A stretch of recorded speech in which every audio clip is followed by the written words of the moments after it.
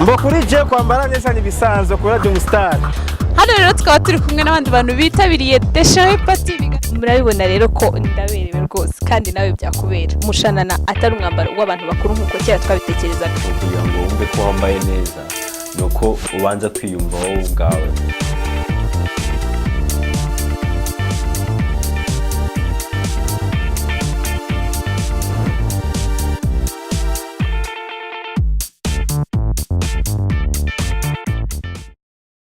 Ndabasuje mbaha n'ikaze inshuti bakunze Safa Fashion Show. Uni wa mwanya mwiza tubagezaho amakuru atandukanye ajyanye na fashion ndetse n'ubuzima busanzwe. Nizere ko mwagize icyumweru cyiza rero.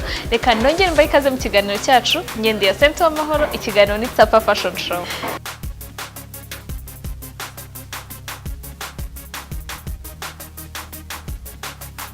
Reka mbahe ikaze nanone rero mu kiganiro cyacu cy'uyu mugoroba, tunatangira n'igice cyacu kibanza aricyo Fashion and Lifestyle News.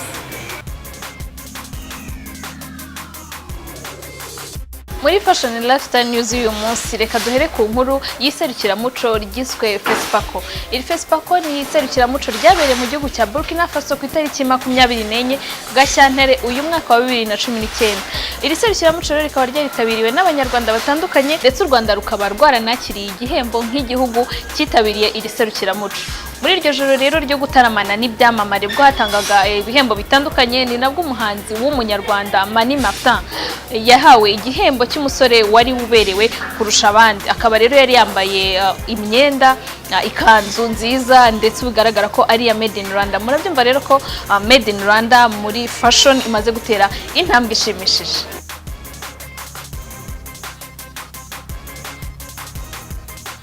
Tukiri kuri Made in Rwanda rero, iyo umuntu avuze Made in Rwanda abanyarwanda batari bake bumva imyenda ikozwe mu bitenge, ariko ntago Made in Rwanda ari aho ngaho igarukira. Ibyo ngibyo rero bikaba bitanga isura ntoya kuri Made in Rwanda, umuntu akaba yatekereza ko atahora mu gitenge kugira ngo yambare Made in Rwanda, ariko nyamara hari abandi bantu benshi aba designers b'abanyarwanda bakora imyenda myiza ariko kandi itanakozwe mu gitenge.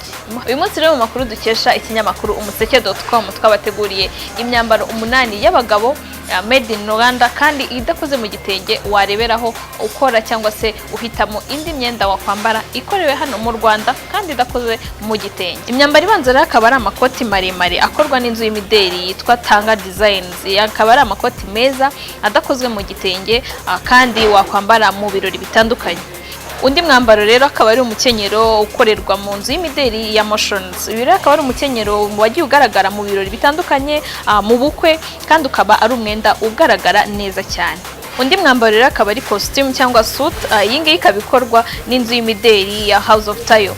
Iyi costume rero ikaba yarambawe na Junior Nyongo, umusaza w'umustar, umukinnyi wa filme witwa Lupita Nyongo. Iyi rero akaba yarambawe ku munsi wa mbere ubwo herekanwaga Black Panther ndetse anavugwa mu bantu bari bambaye neza. Umwambaro ukurikiyeho rero akaba ari umupira w'imbeho utamirije amasaro mu ishusho y'umugongo yakozwe n'inzu y'imideli ya Motions. Iyi rero akaba ari imipira myiza ifubika, urumva ko ni umwenda ufite akamaro kandi ni umwenda usa neza, wagiye ugaragara neza, abantu bakawukunda kandi udafite aho uhuriye n'igitenge.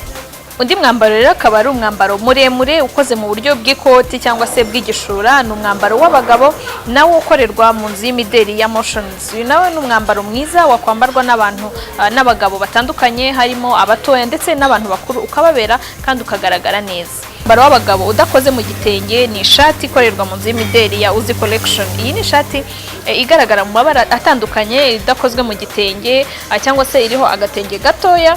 Ibi rero ni umwambaro nawo wakunzwe n'abanyarwanda batari bake, wambarwa ahantu hatandukanye ukababera kandi batagombye kwambara igitenge. Ngira ngo rero abantu batekerezaga ko kwambara Made in Rwanda ari ukwambara byanze bikunze igitenge, mwiboneye ko hari indi myenda myiza wakwambara ukaberwa utagombye kwambara igitenge nka Made in Rwanda. Saba gusa rero kandi bakora iyi myenda idakoze mu gitenge, hari n'abandi benshi bivuga ngo ntago wabura umwambaro ukubereye ugukwira ndetse ukoze uko wifuza, kubera ko aba designers turabafite benshi bakwambika ukaberwa.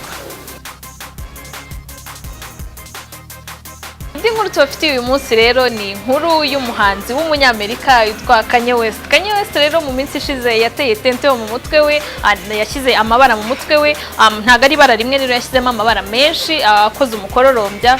Ibi rero akaba nubwo abantu benshi batandukanye bagenda babiteraho komantar zitandukanye, we ntago aragira icyo atangaza ku bijyanye n'aya mabara ari mu mutwe we, niba yaba afite igisobanuro cyangwa se yarayashyizemo gusa kugira ngo yirimbire. Tubibutse kandi ko iki cyamamare muri muzika Kanye West ari n'umunyamideli, akaba anafite inzu ikora imideli yitwa Yeezy, iherutse ndetse no gusinyana amasezerano yo gukorana na Adidas.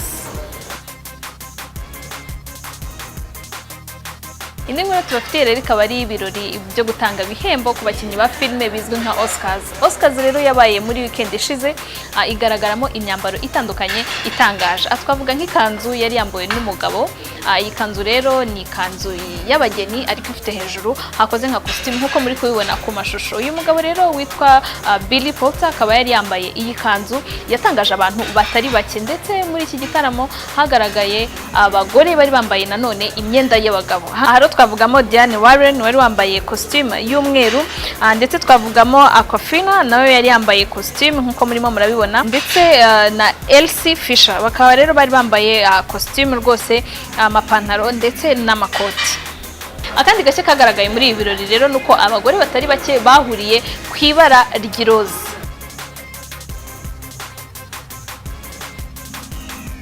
Reka rero dukomeze n'agace gakurikiyeho ka Fashion Academy.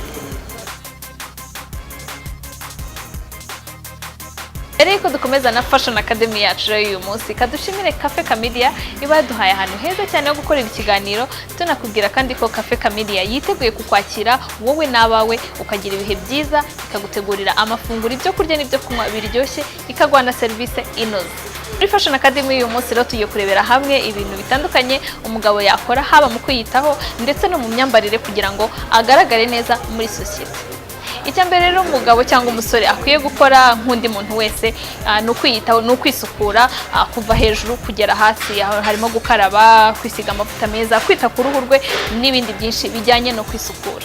Icyakabiri rero umugabo cyangwa umusore agomba kumenya no kumenya kugura imyenda ikoze muri karite. Iyo uguze umwenda ufite karite nziza uraramba, ugaragara neza, ntago wangirika vuba, cyangwa se ngo usange ugenda wangirika ibice bimwe na bimwe, ukaba wasanga umuntu agaragara nk'utiyitaho kandi nyamara aba yakoze uko ashoboye. Icyagatatu rero ni ukugura imyenda igukwira. Abantu bateye ukuntu gutandukanye, ushaka uri muremure, mugufi, uri munini cyangwa mutoya. Icyangombwa rero ntago ari ukungana cyangwa ukusa, icyangombwa ni ukumenya kugura imyenda ikubereye kandi igukwira. Aha twavuga kwirinda kugura imyenda minini cyane kubera ko ituma ugaragara uko utameze, ukagerageza kugura imyenda iri kuri taye yawe ikwegereye kugira ngo uko uteye bigaragare kandi bigaragare neza bijyane n'imyenda wambaye. Icyakane rero ni ugutebeza. Abagabo n'abasore benshi barabikora, ariko hari abantu batazi ko gutebeza hari icyo bihindura kuko ugaragara. Aha rero gutebeza bijyana n'imyenda itandukanye, cyane cyane amashati bikaba karusho iyo wambaye ishati ndende, no kuvuga ishati irenze urukenyerero. Biba byiza rero iyo uyitebeje kuko ubusa neza, ukagaragara nk'uwambaye imyenda yiyubashye cyangwa se ifite agaciro kandi ishobora kuba itanaguhenze. Icya gatanu rero ni ukwambara isaha. Abagabo ntago bagira accessoire nyinshi, ntago bambara amaherena. Hari abayambara ariko ntago ari benshi. Ntago bambara amaherena, benshi ntago bambara amashenete, imikufi n'ibindi byinshi. Niyo mpamvu rero isaha iba accessoire nziza cyane ku bagabo. Aha rero ntago ari ngombwa kugura isaha ihenze, ahubwo ni ukumenya guhitamo isaha nziza kandi ikubereye, ishobora kujyana n'imyenda myinshi mu myenda utunze. Icya gatandatu rero umugabo cyangwa umusore agomba kwitaho ni imisatsi ndetse n'ubwanwa bwe. Ibi ngibi ni ibintu bishobora kugaragaza cyangwa kwerekana ko utiyitaho kandi nyamara ushobora kuba witayeho, ariko iyo detaye ntuyibuke. Imisatsi rero ni ngombwa ko niba uyiteretse umenya ngo nasokoje nte cyangwa se sinasokoje ariko bikaba bifite injyana. Ikindi ni ubwanwa. Ubwanwa nabwo biba bwiza niba ubufite ubusige amavuta meza, unabusokoze ndetse cyangwa se ubukureho mu buryo ubona bukubereye bujyanye n'isura yawe, kubera ko imisatsi cyangwa ubwanwa iyo ubyihoreye ntubyiteho ubusa rwose nabi, umeze nk'umuntu utiyitaho cyangwa se ufite ibibazo bindi bidafite aho bihuriye ndetse n'ubuzima bwawe bwa buri munsi. Icya karindwi rero ni ukwirinda guheta ibitugu ugahora wemye. Abagabo rero iyo bahese ibitugu cyangwa se batagenda bemye cyangwa baticara bemye cyangwa badahagarara bemye, ntago imyenda ibabera, ukabona umuntu arasa nk'aho ari mugufi kandi ari muremure, cyangwa ukabona ameze nk'umusaza kandi akiri umusore. Ariko iyo wemye imyenda irakubera, taye yawe ikagaragara neza. Ikindi kandi iyo utunamye cyangwa se udahese ibitugu ugenda wemye, ugaragara nk'umuntu wiyizeye. Icyamunani rero ni ukwirinda kwambara imyenda y'imbere ifite amabara cyangwa se yerurutse cyane. Ahangaha ni ukuvuga imyenda y'imbere namwe murayizi, haba amasogisi, boxer cyangwa se amasengeri. Wirinda kwambara umwenda ufite ibara ripika, kubera ko iri bara hari ubwo rishobora kugaragara, hari ubwo wambara nk'umwenda werurutse rikaba ryagaragara ntirigaragare neza. Icyamunani rero ni kwambara imyenda y'imbere idafite amabara apika, kubera ko aya mabara apika hari ubwo ushobora kugira kwambara nk'umwenda ubonerana, cyangwa se hakagira ikindi kiba umwenda ukaba wagaragara ntuse neza na gato, cyangwa se bigatuma abantu bose unyuraho cyangwa muhura bita ku myenda wambayemo imbere kandi atari ngombwa ko bayitaho, kubera ko umwenda w'imbere nyine. Niyo mpamvu rero kwambara umwenda udafite ibara ripika, cyangwa se mu kimwe ukambara umwenda wirabura, cyangwa se umwenda wa gris, cyangwa se undi mwenda udafite ibara rikurura abantu. Ni byiza rero ko umenya guhitamo imyenda yawe y'imbere, kabone nubwo nta muntu uyibona, ariko ni byiza ko nayo uyitaho, ko iyo igaragaye nabi ubusa n'umuntu utiyitayeho, cyangwa se umuntu utagira isuku, ariko kandi nyamara ntaho bihuriye n'isuku yawe. Icyacyenda rero ni nacyo cya nyuma ku bantu bakunda imibavu, ni ukumenya guhitamo umubavu mwiza. Abagabo bagira amaparfum n'amadeodorant bitandukanye, ariko hari ubwo ushaka guhitamo nka deodorant cyangwa parfum ifite odeur ipika bitamenyerewe cyane ku bagabo, cyangwa se itari nziza. Ni byiza rero ko umenya guhitamo odeur navuga ngo ituje, idasakuza, cyangwa se ngo ibe yakwatira attention y'abantu bose unyuraho. Ibyo rero bikaba ari ibintu by'ingenzi umugabo cyangwa umusore yakurikiza mu kwiyitaho mu myambarire ndetse no kwita ku mubiri we, kugira ngo agaragare neza mu bandi. Rero dukomeze n'igice cyacu cya Celeb Style.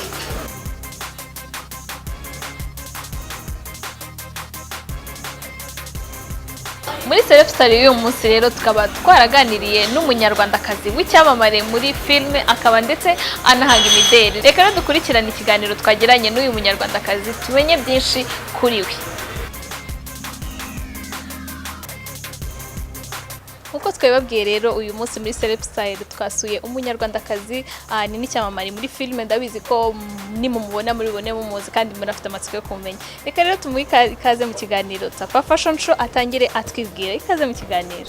Murakoze, nitwa Nadeja Mwezi, ndi umucuruzi nkaba n'umukinnyi wa filime. Nadeje rero ubundi ari kwakitinga, gukina filime cyangwa gucuruza, niki cyabanje imbere y'ikindi? Habanje gukina filime. Watangiye ryari gukina filime, byaje bite? Natangiye gukina muri 2014, nibwo natangiye gukina amafilime, ariko natangiye kuva kera narabikundaga.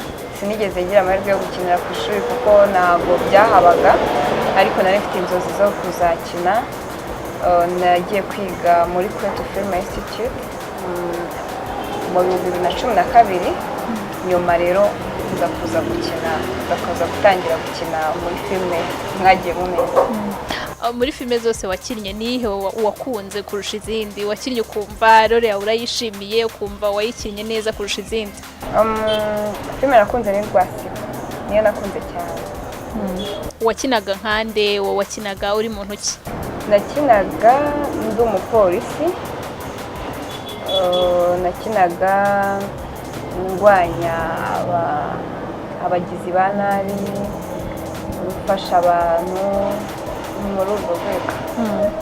Nadeje rero aha tugusanze ni mu iduka ryawe, watubwiye ko watangiye umukinnyi wa filime. Ese hari aho ubucuruzi bwawe bwaba bufitanye no gukina filime? Byaje bite? Watangiye ute gucuruza? Ntabwo bifitanye isano, ariko ni ibintu bibiri nakundaga kuba nakora design, fashion design, nkakunda no gukina. Nta hantu bihuriye byombi, ariko byose ni akazi.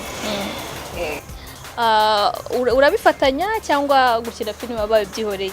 oya ndabifatanya iyo ntahari hano haba hari abandi haba hari mama wanjye hanyuma iyo mpari ndazanye. Hanyuma Nadege tugusanze mu iduka ryawe harimo ibintu bitandukanye, ni wowe ubyihimbira designs, ni wowe uzikora cyangwa urabigura ukabicuruza gusa? Oya, imyenda yose ikorerwa hano. Hano hari matonye, hanyuma wenda nk'imitako hariyo nanone twikorera, hari n'iyo dufata hanze. None se iyo ugiye gukora designs ni iki kikwenspira? Ukura hehe inspiration? Inspiration nyikura urya nkunda kureba imyenda cyane. Urumva hari igihe ureba umwenda, uko ureba imyenda ugenda nawe ugira inspiration, gusa ntabwo navuga ngo nkunda kwigana umwenda w'abandi, ahubwo wenda nkunda nko kuba nakora umwenda bitewe, nkumva hano wenda baze kuhamanura gutya nta hantu nabikuye, nkumva biraza kuba byiza bitewe n'uko mbitekereza. Mu iduka ryawe rero harimo ibintu bitandukanye, harimo ibitambaro bitandukanye, harimo ibitenge ndetse n'ibindi. Ibikoresho ukoresha cyane cyane amatisi ni ibyo ukura mu Rwanda cyangwa harimo n'ibyo tuma hanze? Hari ibyo nkura hanze muri West Africa nka Senegal na Cote d'Ivoire haba ibitenge byiza, Senegal haba amabaze meza, ariko hari n'ibyo nkura. Nadege rero ibintu byinshi bifite ahantu biva, urumva niba warabanje muri filime n'akandi kazi wakoraga wari ufite igitekerezo noneho cyo gukora fashion design, byo byaje gute? Kuva nkiri umwana nakundaga guhimba imideri, guhimba ibintu tuvuge wenda nk'umusatsi, nkumva najya nko mu mutwe w'umuntu nkasokozamo ibintu kandi bikaba byiza, nta nabyize. Nkumva nk'imyenda, nkumva mfite nk'imyenda mu mutwe wanjye numva nshaka ariko nkumva nta hantu mfite ho kubikora, nkavuga uyu mwenda umeze gutya, umanuye gutya, ugakataho gutya, byaba ari byiza. Numvaga mfite inzozi rero zo kuzakora imyenda yanjye, niho byavuye urebye. Noneho w'ubucuruzi na fashion design byo wabitangiye ryari? Natangiye mu kwa 8 umwaka ushize. Hanyuma ukurikije igihe watangiriye n'intego wari ufite n'igihe umaze, ubona hari icyo umaze kugeraho, ubundi kandi ubona ute business yawe mu minsi iri imbere? Nkurikije igihe natangiriye navuga ko bimaze gutera imbere. Natangiye mfite nk'abakozi 2, ubu bamaze kuba 5, 6 badoda. Urumva abakiriya bariyongereye. Navuga ko bizagenda bigenda cyane, ntabwo ndamara kubonamo nk'inyungu nifuza, ariko mfite icyizere. Hanyuma gahunda mfite ejo hazaza nuko nshaka ko bitera imbere cyane ku buryo bizavamo uruganda. Mfite inzozi zo kuzakora uruganda rwa Made in Rwanda. Ukurikije rero isoko ryawe uko ringana, ubona abantu biganza mu bo wambika higanzamo cyane cyane abantu bameze gute? Higanzamo abapapa, higanzamo nanone abamama, cyangwa se abakobwa bafite nk'amafete, iminsi mikuru, nibo nkunda kwambika. None se ubona nanone ukurikije akazi ukora kuva igihe watangiriye kugeza ubu ngubu, uhura n'izihe mbogamizi ubona koko ari imbogamizi mu kazi kawe? Imbogamizi tugira, bavuga ko Made in Rwanda ihenda, ariko natwe bigaterwa cyane cyane n'amatisi. Kubona amatisi biratugora. Mu Rwanda ntabwo turabasha kubona amatisi y'ubwoko bwose, ku buryo umuntu ashobora nko kudoda wenda hari amatisi menshi cyane tutabona, nk'umuntu akaza ashaka nka modeli dushoboye no kuyikora, ariko ugasanga itisi yayo ntabwo tuyifite, tukaba twamuhindurira. kandi noneho ayo matisi abahenze bituma umuntu igiciro cyiyongera. So ni imbogamizi rero ko bigora abaturage.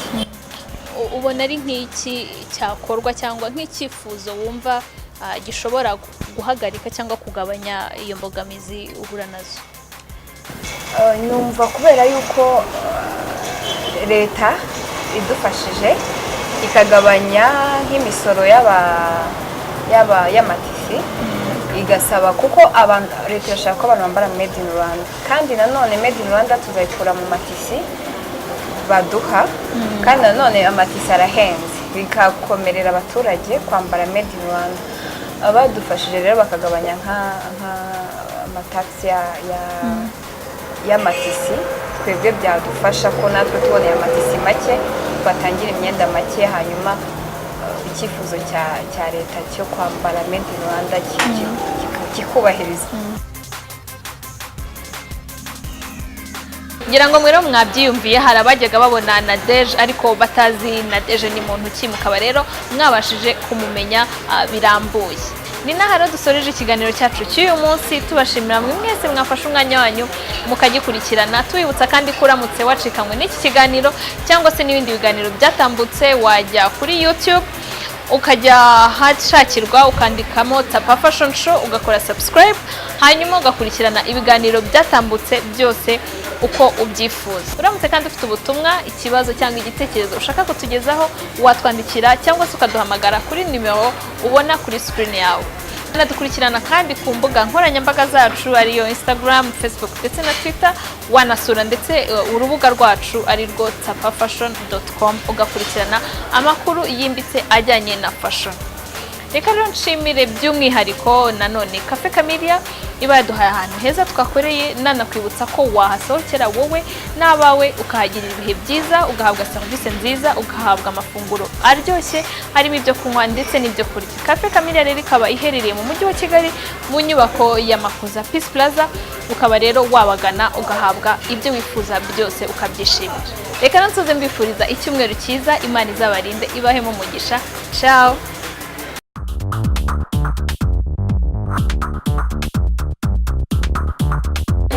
Kuri je kwambara neza ni bisanzwe kuri Radio Star. Hano rero tukaba turi kumwe n'abandi bantu bitabiriye Deshawe Party. Murabibona rero ko ndaberewe rwose, kandi nawe byakubera. Umushanana atari umwambaro w'abantu bakuru nk'uko kera twabitekerezaga. kugira ngo wumve ko wambaye neza nuko ubanza kwiyumva wowe ubwawe.